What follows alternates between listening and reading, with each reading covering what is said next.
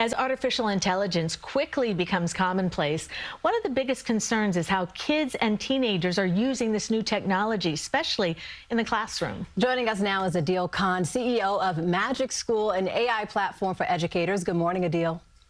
Good morning. Thanks for having me. Of course. Well, I'm in graduate school, and a lot of my professors surprisingly encourage the use of AI just as a tool. But for younger students who are still learning crucial fundamentals, does AI help that or hurt their development? So I think that there are ways that AI can be a risk to students if they're over-relying on the technology, if they're using the generalized chatbots like ChatGPT or Gemini, and using it to do their work for them. That's a real risk for students who are in key developmental phases of their educational journeys.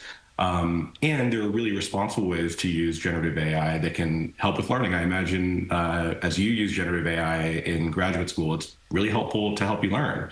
But for students, without guidance and support from an educator or a trusted adult, it's really hard to know the lines between the opportunity that AI provides and the risk of over-reliance.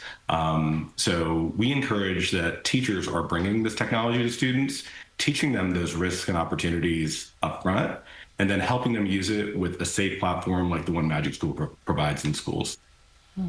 Yeah, and speaking of, guidance and overseeing what's going on, do you think that the schools should be teaching responsible AI instead of banning it?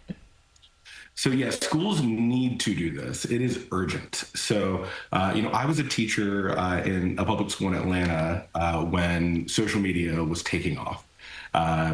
We started seeing a lot of mental health concerns, bullying concerns coming from Instagram in schools. And this is kind of right before it hit the mainstream. Parents didn't really know what was happening with those social media apps. And they would come to us pleading, like, please, like, help us understand this, help us support our kids at home. And we ran after-school workshops teaching parents about the tools like Snapchat and Instagram so they can make responsible choices for their kids. I was a middle school teacher.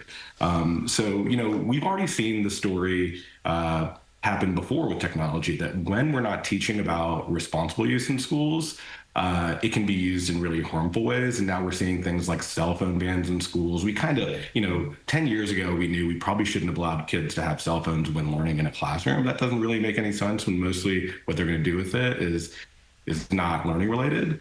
And we have another opportunity now to teach about responsible use in schools, give students the information that empowers them to have agency over responsible usage.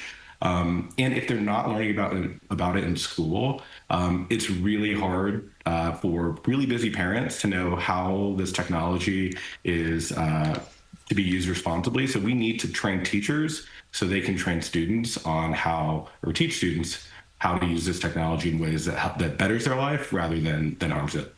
Adeel, you bring up some great points. I remember back in my day as a kid, we didn't have cell phones, let alone calculators in school. Kids have so much that they're grappling with these days. Thank you so much for joining us this morning. Thanks for having me.